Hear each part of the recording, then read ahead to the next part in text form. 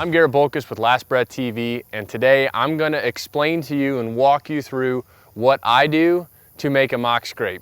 I'm going to cover three different things: the tools I use, the placement of my mock scrapes, and then the products that I use as far as scents and attractants. So placement.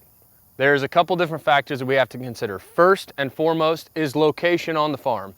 This location right here is in a corner of a field that I know deer are going to feed in. That's going to give a buck a long visual, and it's funneling them naturally into this corner. I've got a path right here that I know deer use, and I've got another path right here. So traffic is a main consideration. Next is the tree. As weird and funny as that sounds, it is kind of something you need to take into consideration. You don't want a tree that's going to be sticky or pokey or have thorns, as a buck is not going to want to get his face in that to work the scrape. And lastly, and probably the biggest thing to think about, is the height. You have to know that a deer stands shorter than the average human being. My licking branches, I want them to be 4 to 5.5, 6 feet at the max tall. So you can see here, I've got a good mix. I've got some green foliage up top. I've got some other licking branches down low. That's gonna give a buck options when he's here to work these licking branches.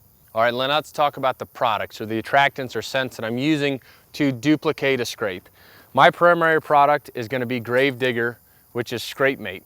I use this blend, which is a soil that's infused with deer urine, both a combination of buck and doe, very realistic, and it's a time release scent technology. So this is going to last much longer than a traditional scent. Also, as a buck comes and freshens a scrape, this soil will absorb it and continue to freshen the scrape throughout. Next is another product by Code Blue that I really like to use, and that is Rack Rub. This is a synthetic product that is used and designed to mimic the scent glands around a buck's antlers. So I'll use that on the licking branches. Lastly is scent elimination. After I leave, I'll spray some of the foliage where I have soiled it with my natural body odor and get out of there unscented. Complementary products that I use to further paint the picture is a product called Calming Zone. So this is a deer smelling substance that's going to mimic natural deer dander. I'll put this on my boots when I walk in, and maybe just a little bit on the licking branches, again, to give them that feel that there's been a real live deer here. And lastly, at the right time of the year, I'll put a little screaming heat in there. This is enhanced doe estrus, which will again just fire those bucks up at the right time of the year. All right, step one is I'm gonna use this weed whip that I talked about earlier to knock down the foliage to get it as close to the dirt as possible. Step two, the rake. I need to expose and aggregate that soil. I approach the scrape, I gotta think like a deer. A deer naturally, his head is in front of his shoulders, so I'm not gonna go directly underneath. I'm going to come out, and I'm gonna scrape away from the licking branches. We've got the scrape made. Now it's time to add scent. The first thing I'm gonna do is take this Grave Digger.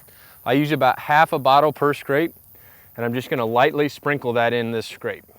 Next is a Rack Rub. I just like to shake it up, mix it all around. You'll find that this is like a syrup consistency. Here's one important thing that I think most hunters mistake when they use this product. I put a very little amount. I'm gonna get all of it off, and I'm just gonna use a residual part and put 1 or 2 rubs on each licking branch. You have to think that when a deer is in here and he's working these branches, he's not leaving gobs of scent on here. It's a very small amount. So don't get overzealous with this and lump it on there and throw it on there. Again, a little goes a long way. You should be able to use this bottle all season. Finally is coming in and leaving here without a trace. You'll notice the gloves where I've stepped and tamped down. Just gonna give it a light little mist with Decode by Code Blue. I'm gonna spray where I set my bag down, and I'll slip right on out of here and check the camera in 3 weeks. The next question is, how effective are mock scrapes? Well, we'll let you decide.